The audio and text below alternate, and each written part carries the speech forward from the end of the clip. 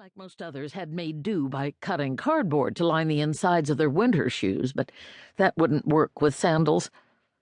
Delia didn't mind. Not really. Not while Ned Varnador, her husband, and the person she loved best in the world, well, except maybe for their adorable little Tommy, affectionately known as Pooh, was over there fighting along with her brother Fane and just about every boy she had graduated with from Elderberry High School. Had that been only 3 years ago? It seemed more like 1,000. She looked around for Prentice.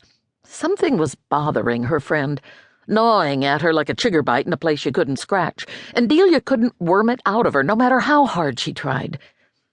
Now Prentice had made it clear she was sick and tired of being asked. The new grape was a peace offering. The Hershey bar was for Delia, and she felt a little guilty for not sharing. But not too guilty. After all, she'd earned it, hadn't she? Sacrificing most of her summer sweating behind the counter and constantly itching with that blasted peach fuzz to sell peaches and produce when she'd rather have been at home with Pooh. And wouldn't Ned be pleased when he learned she'd been putting aside most of the money she'd earned, along with a portion of the amount she received from his modest army pay? Delia could hardly wait to surprise him when this war was finally over and they could be a real family. Just the three of them. Not that she wasn't grateful to her mother and her sister Charlie for helping out with the baby this summer, so she could put money aside. Her old baby bed had fit snugly in a corner of her upstairs room, its walls still a patchwork of high school snapshots and souvenirs. The corners of a program from her senior class play curled between a photo of Clark Gable, cut from a film magazine, and the dried and crumbling wrist corsage of once pink roses from the prom.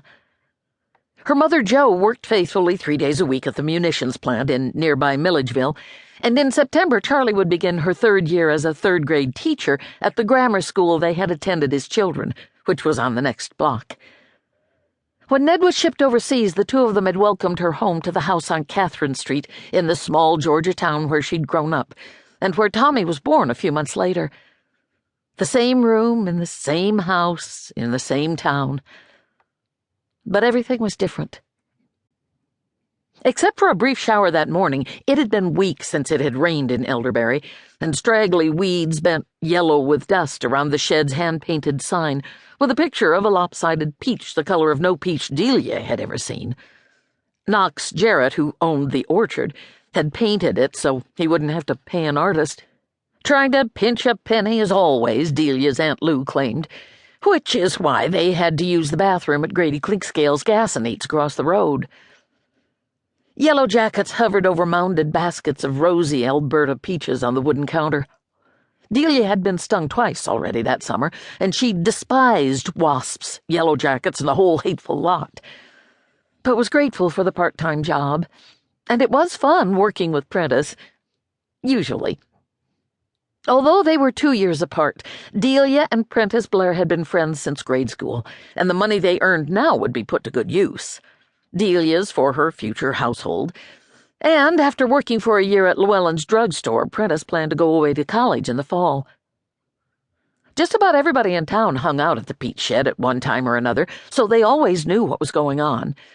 If asked, Delia would begrudgingly admit she even liked the way the old place looked. The big, airy shoebox of a building squatted in the shade of a huge red oak. Its unpainted timbers had weathered the soft gray of a rain cloud, and the open sides allowed for a cross breeze, if one were ever to come along. And several times a day, the NC&L, billowing smoke and cinders, would chug through on the tracks at the bottom of the hill, sometimes with fresh young recruits bound for Fort Benning in Columbus, and the two always waved to them. Delia took the 2 shallow steps in one stride and clanked the bottles onto the counter by the cash register. Since no one was about, she raised the hem of her cotton skirt to mop her wet face and looked about for Prentice. "Hey, I'm back. Brought you a surprise. Where are you, Prentice?" The room was a storehouse of heady smells and a palette of deep yellow, coral, and watermelon red. Bushels of green beans and sweet white corn lined the walls with green-striped watermelons and hills of pungent cantaloupe. Jars of Ida Ellerby's blackberry jelly marched along a table next to the register.